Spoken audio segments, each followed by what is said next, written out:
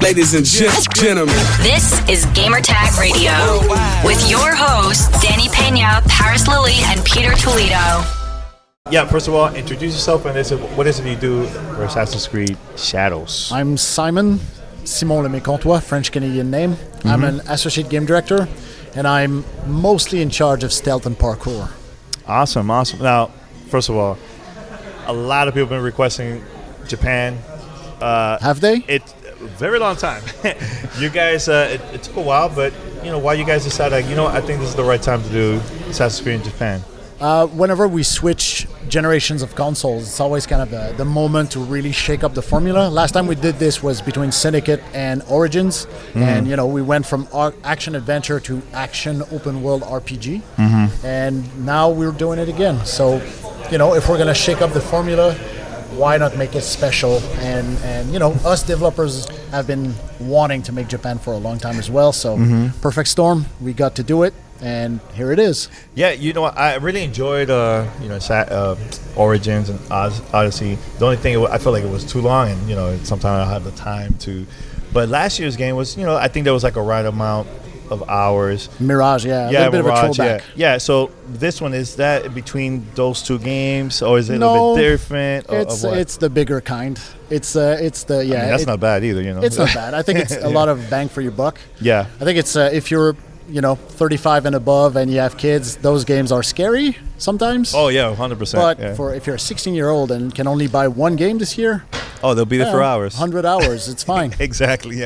Yeah, man. So let's talk about the characters, man. There's 2 new characters, right? Yes. Tell us a little bit about them. So we have we're 2 characters that embody some of the most iconic archetypes of that period. So we have our shinobi assassin, small, nimble, very stealthy. Naue is her name, small woman from the province of Iga. And then we have an historical character that really existed and that was staring us in the face as we were doing the research for this thing. We're like, can we put this guy as a protagonist? He's way too cool not to do it. His name is Yasuke, big, tall samurai of African descent. I'm glad you mentioned that it really existed, because people are like, really? It did? It did. I'm glad you mentioned that. It's like, I thought it was just Afro samurai. Yeah. No, there's an actual character. Yeah. I mean, what's your style? You like his style? You like her style? Like, it all depends on the mood or what? It depends on the day I have. So, if it's a bad day, you go wreck some stuff with Yasuke, it's fine. And if I feel a little bit more tricky, I want to be more of a cat playing with mice. Damn it, here's the French-Canadian coming back again. So it's more of a Naue. So the interesting part for me, and I hope a lot of players experience this as well, you can switch back and forth between the 2 characters as you see fit, but there's always a moment where you hit a wall with either one of the characters, like somebody's kicking your ass and it's like, you know what, let me go around this guy, and then you switch to Naue, and all of a sudden you see the Matrix, like, oh, I could go over there now, oh, I could jump on this, oh, I could use this thing. And every now and again you hit another wall with Naue eventually, and you go, you know what? Let me just smoke this guy with the big cannibal. And this dynamic is really fun in the game. And is it possible just to play one character through all the way to the end? Or most of the content, yes. Most, okay. But some of the story is character specific, so if you want to know the resolution and the setup, you have to play a little bit of both characters, but once they join and become allies, then it's a free-for-all. No, that's really cool. And I just love the different styles. I sometimes I just want to like hide and just assassinate, But I noticed with him, what's his name? Yasuke. He will go through walls and all that stuff, man. It's, now weapons. Not subtle though. No. So how is it like with like upgrading new weapons, like for each character? How's that going to work? They each have their own arsenal of weapon. The only weapon that they have in common, and it's a different version, but it's the katana. Now he has a short katana, and Yasuke has a oversized katana to fit his oversized build. But otherwise, Yasuke has a weapon all of his own. So today we showed the cannibal, we showed the Teppo rifle, which is a Japanese version of the arquebus, which is a Portuguese weapon that the Japanese refined and made better. So we're going to use the good one in our game. And then we have the naginata, which we haven't shown yet, which is a staff with a short blade at the end. Ooh, okay. And Yasuke also has the yumi bow, which is the great big samurai bow that is super impressive to shoot. I saw somebody do it in real life. That thing makes a ton of sound. It's crazy. Naoe has the hidden blade that she can use with the Tanto, which is a short blade, so she's kind of a dual dagger character when she uses this. And she has the Kusarigama, which is a chain weapon. A little bit of a sickle with a chain and a weight at the end of the chain that she can swing around. And the katana, like I said. So each character have their own weapons. They can upgrade, learn new skills of these weapons, change weapons for better stats, because this is still very much an RPG. But yeah, you can take each weapon quite a ways by concentrating on one style if you want to. And what you could tell us about like their relationship? Because I noticed in the trailer, you know, they're always looking at each other and always having their back too. But here too, I noticed they seem very, very, very close right now. So, yeah. So the demo that you show, is that like further in the game? That's is that about midway. Midway, okay, yeah. So yeah, they start off on the wrong foot. They are on the opposite sides of a conflict. So Oda Nobunaga, who's the great unifier of Japan, the first unifier of Japan, and patron to Yasuke serves under him. They conquer all that they can, and that includes the province of Iga, which is where Naoe grew and where her traditions of the shinobi comes from. And she finds herself, conquered by the Great Lord, and Yasuke is in the mix as the one-man army that he is, and so they are very much on the wrong foot. But without revealing too much, there are reasons why each characters are kind of have a narrow view of what's happening, and as they grow to work together, they get a much broader, much better perspective on what's really going on here, and what can we do to thwart it, and that probably means we need to set aside our differences, even though they're quite major.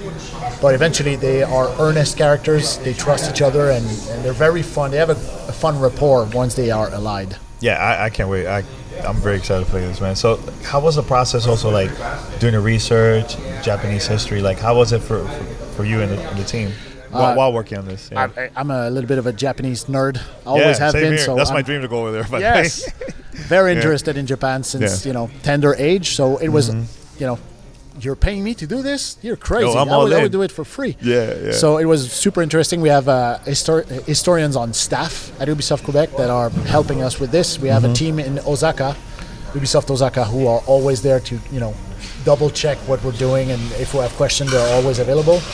We are very careful and humble, not trying to depict Japan to the Japanese people as here's your culture.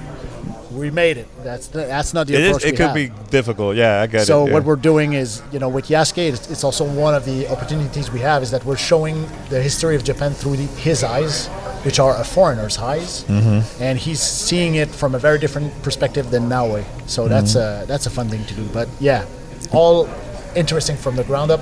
Some of us, not me unfortunately, went to Japan on a field trip for about 2 weeks. They came back with a lot of feedbacks of, okay, we really have to put those stairs much, much steeper in the castles because these things are scary. Okay, let's do that. But yeah, it was a blast all the way through, and we still are learning about Japan every day.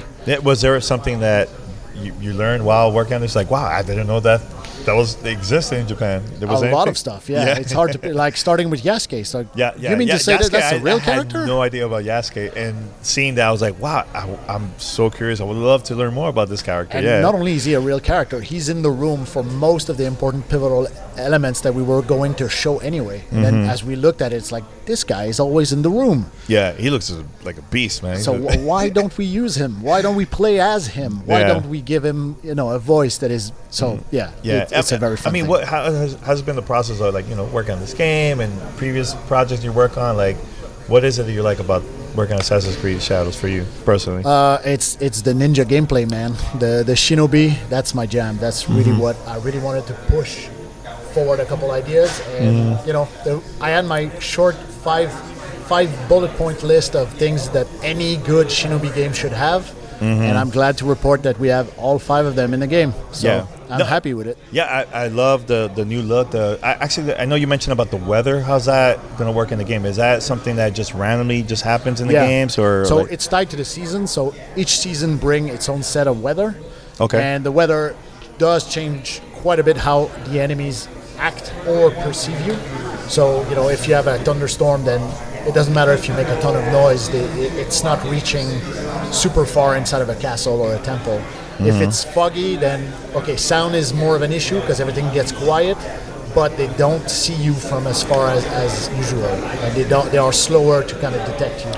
Those things are there for players to mess around with. It's always, I would say, it's always an advantage for the player to take, advantage of what the weather brings. It's never a kind of, oh no, I hate this. I hate this set of weather. It puts me at disadvantage. So that's what the weather brings. It's kind of and it's beautiful as well. So now the trees, the plants changes like in spring. Yes. Okay, I was about sakura to trees only in spring. Yeah, only in spring. That's why. Yes. That's the reason why I want to go to Japan to see that. So yes. Okay, cool. I can book your experience that in the flights game now because years in advance. Yeah. It's like they're there for about 2 or 3 weeks in Japan. So time is right. Really cool, man. Last thing, release date, platforms. November 15th, worldwide, 2024, of course. And it's going to be available on Ubisoft Plus, PlayStation 5, Xbox Series S and Series X. For Mac this time around with Apple's... Oh, I got to get that right. The Silicon? Yes, Apple Silicon. Yes. Through the Mac App Stores, and of course for PC through the Ubisoft Store or the Epic Game Store. Cool, man. Hey, love the setup here. Love everything that you presented today. I made it myself. Thank you. Can't wait to check out the game, man. Later this year, man. Congrats. All right. Thank you. Thank you, man.